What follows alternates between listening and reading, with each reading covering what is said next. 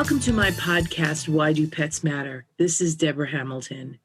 This podcast will seek to define and explain this important question from multiple points of view. We will interview owners, breeders, caregivers, defenders, advocates, champions, and educators. The mission of my podcast is to seek and foster collaborative conversations where every point of view feels heard, acknowledged, and appreciated. I look forward to you joining me on this journey toward a better understanding of each other. It is possible to have an impossible conversation. It starts with listening for common ground first. I am so glad you're here listening in with me. Now let's see what my next guest has to say. Hi, it's Debra Hamilton. Thank you so much for coming back to my podcast, Why Do Pets Matter? Today I'm with Melissa Supernor, and she's the founder of Educational Advocates for Vet Teams. And she's the director of learning and development at Rare Breed Vet Partners, which is out of Portland, Maine, where Melissa and I are going to retire because we love it there. But it's a great team. Melissa, thank you so much for being here on Why Do Pets Matter? Thank you, Deb, for inviting me. I'm truly honored to be here with you today. Well, I am honored to be here with you. We have worked together over the years, and Melissa is this incredible force behind making teams work, which is why I brought her here, because not only do pets matter to Melissa, the people who help the pets matter to Melissa. So we're going to have a great talk today. And as everyone knows, the first question I ask is, okay, Melissa, why do pets matter to you? Oh, Deb, why do pets not matter to me? I think that's an easier question, right? But right now, I mean, especially during these challenging times, the pets are the reason.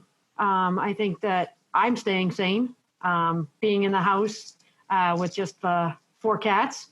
The entertainment in this house is just great. And pets are just so important to us to give that unconditional love and to just be there for whatever we need them for is just truly amazing. I've had pets all my life. I don't think I remember a time not having a pet. And I'm a calico cat lover. And so my first cat was this really nasty calico, but she loved me. And she was like a dog. She protected me through everything. And she came to college with me, and we just had a bond that I just never had with any person, and it's just amazing to feel that love from our animals.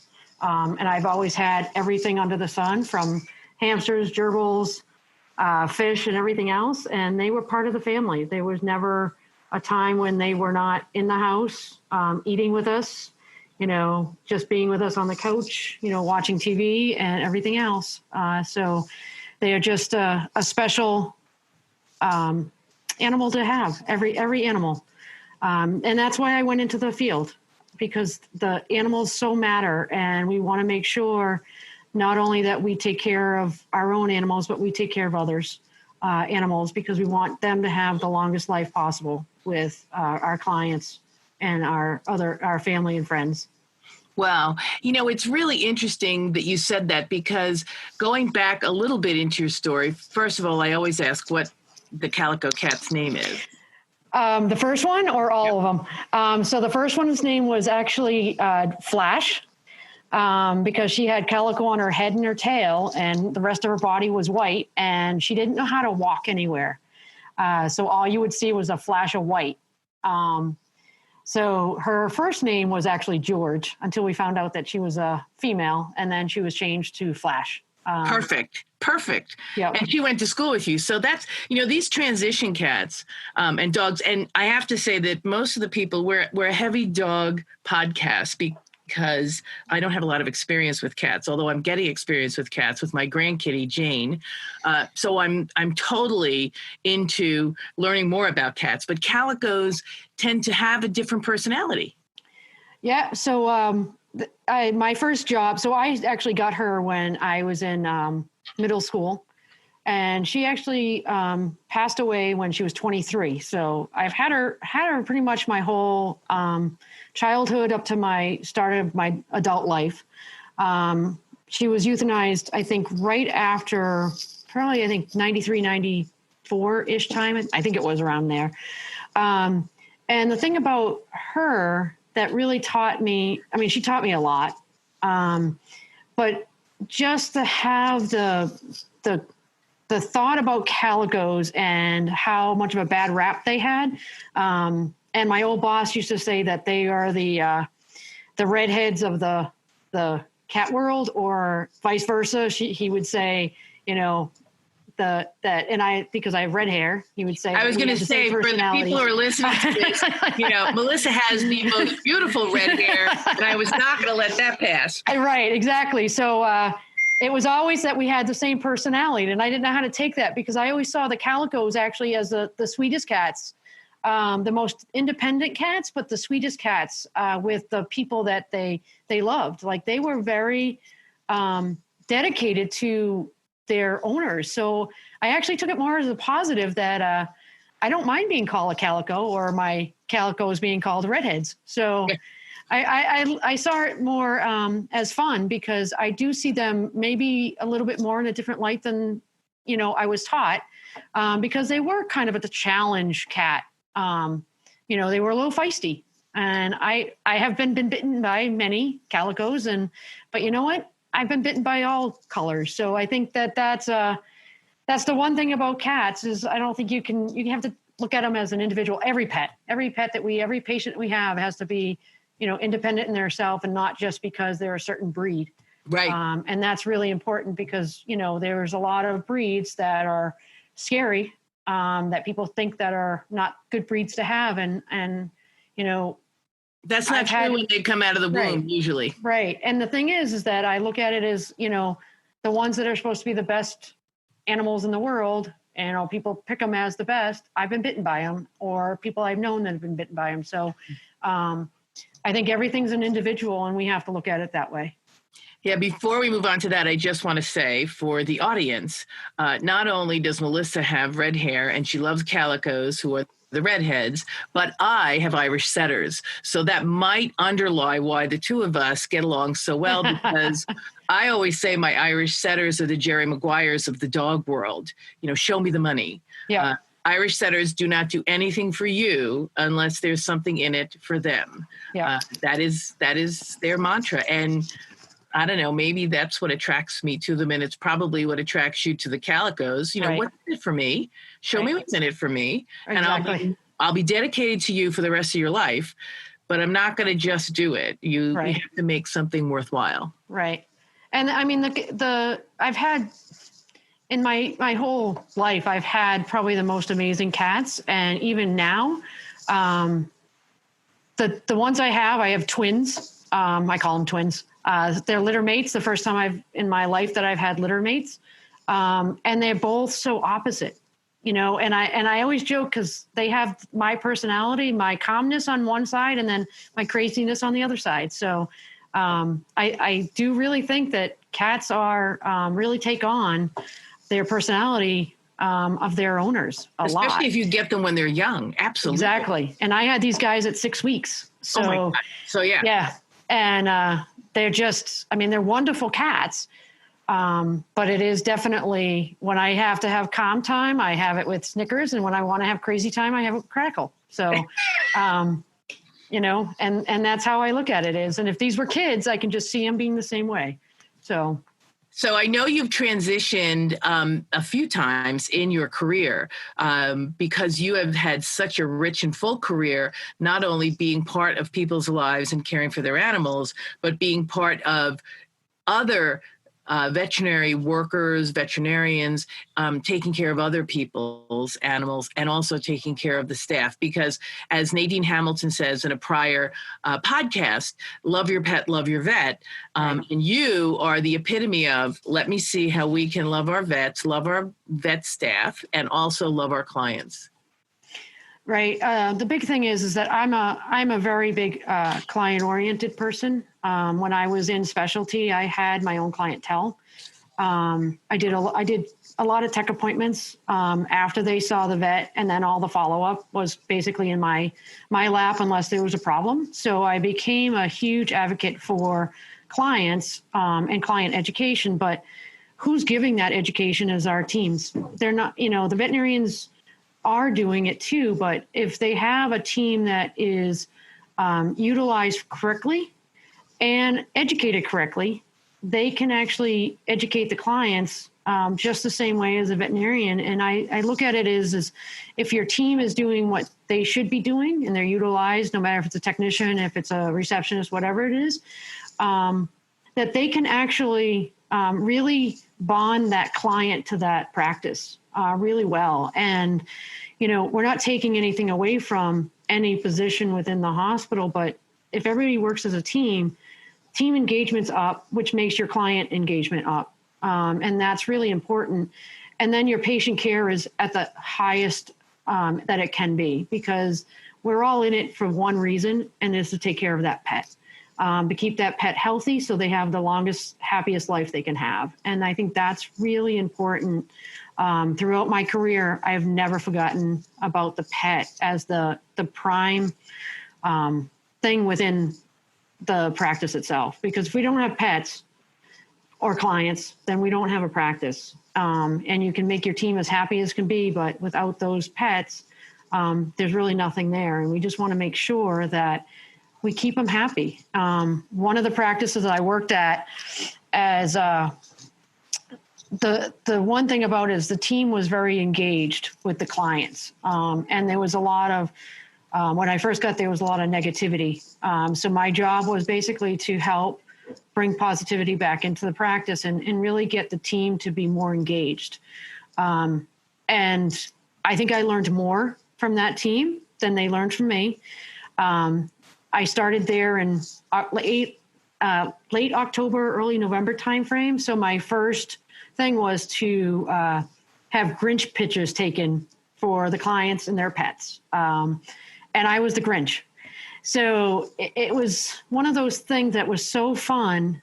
And I really got to learn about the clients, and every client that came in said, this is the best hospital, the best team. And I can tell you stories about having to put our animals to sleep and how wonderful the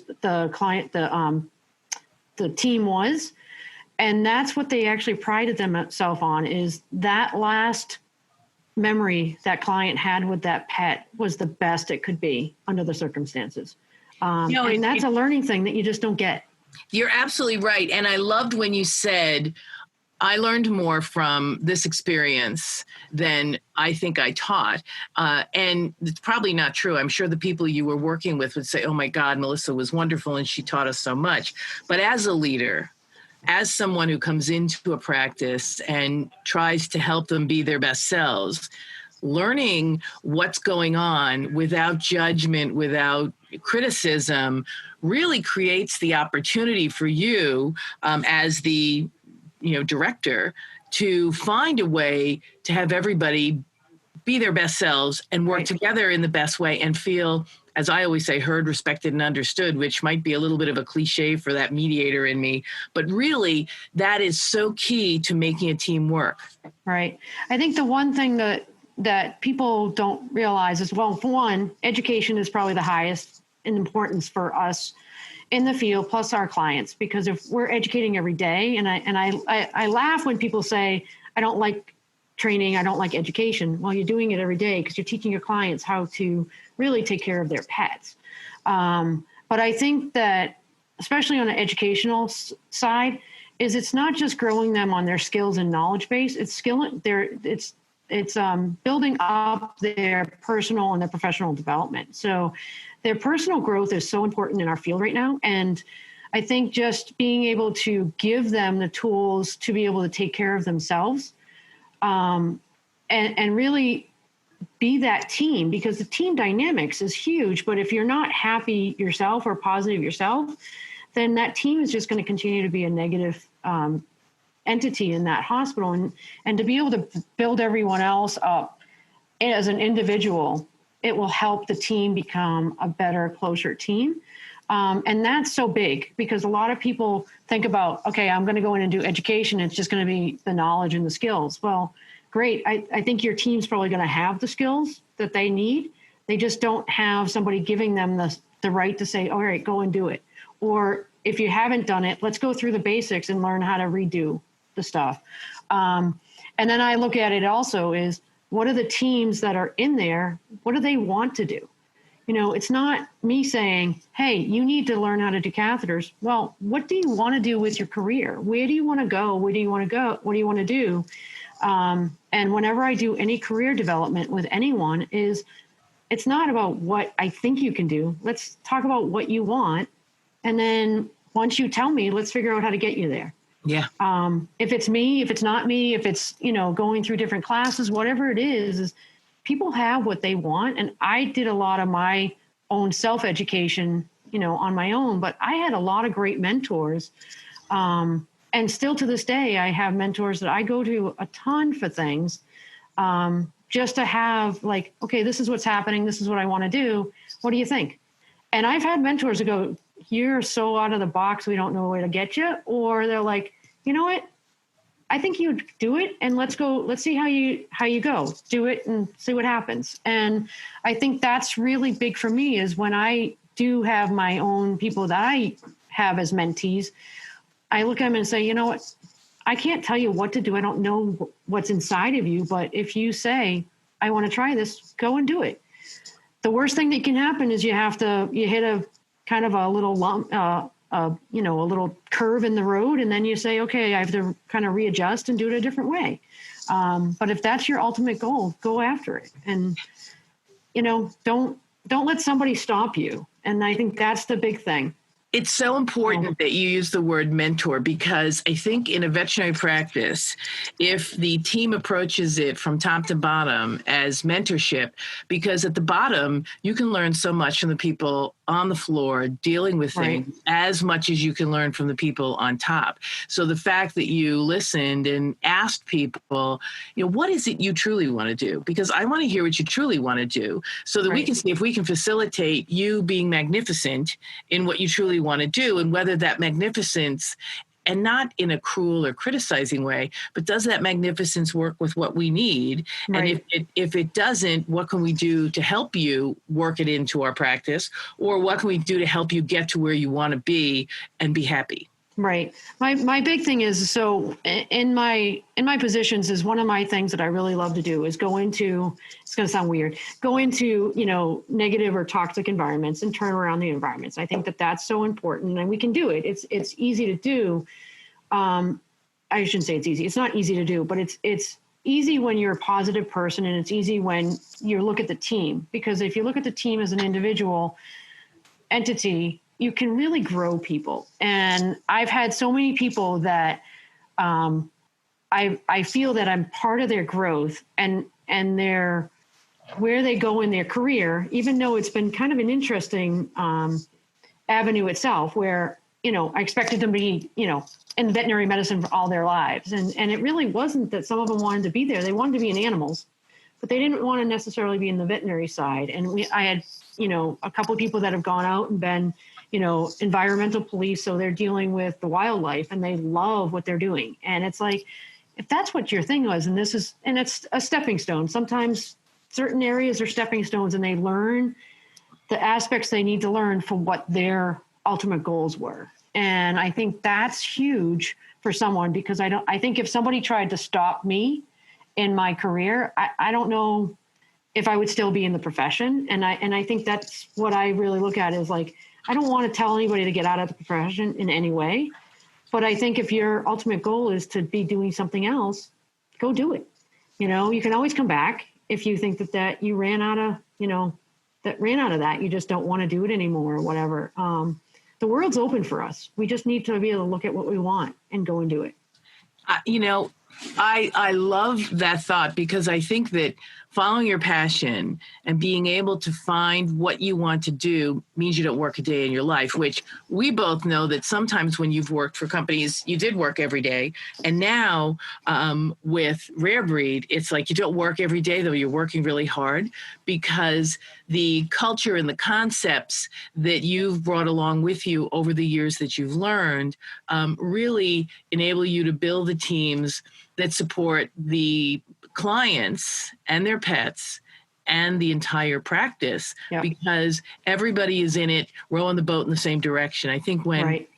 people are not rowing the boat in the same direction, it can get really tedious. And as you said, which is so true, and we're going to come back and talk about team dynamics on your next visit, because people are leaving the practice of veterinary medicine, the practice of veterinary technician. They're going elsewhere, and we're losing wonderful people because of stress and burnout. And that could be because of lack of team camaraderie or listening. So I hope you'll come back. I will definitely come back. I appreciate it, because you have been so wonderful. So the three things I'm going to take away from this is you need to educate your client as well as the team. And if a team thinks, I hate education, they're really educating everybody every day. I, of course, want to throw in the redhead thing, because, hey, if you're a redhead, you're just a little bit more on that edge of, I'm a little independent. I'm going to take really good care of you, but I'm going to really ask what's in it for me as I'm taking real good care of you. And if you enter that discussion that way, it'll work really, really well. And then the personal and professional, I want to say deep dive, because it's not just about that I'm supposed to be a vet tech, I'm supposed to be a veterinarian, but the deep dive that you talked about so eloquently on what is it you really want to do in this profession, and let's see how we might be able to help you here or help you get to that next level if it isn't here. Yeah, there's so many of us out there, so many veteran technicians that have gone through everything. I have a great arena of friends and colleagues that I can't even imagine if there's anyone I know that hasn't done something in veterinary medicine, that we couldn't get somebody, if they were looking to that we couldn't get some collaboration with that person. And that's the big thing is, no matter how much I've done in my career, I haven't done it all. And I don't want to do it all, but I look at it as like, what do I want to do next? And yeah, you mentioned Rare Breed, the most amazing company. And it's one of those things is I think I'm learning more from my job that I hadn't done before in the past, that it's just wonderful to be having a new challenge. And with a group of people that are amazing and let me fail at times and be able to pick me up, and then turn around and let me be the same for them, is just amazing. And we have, and people say this is a cliche, but we have become a wonderful family.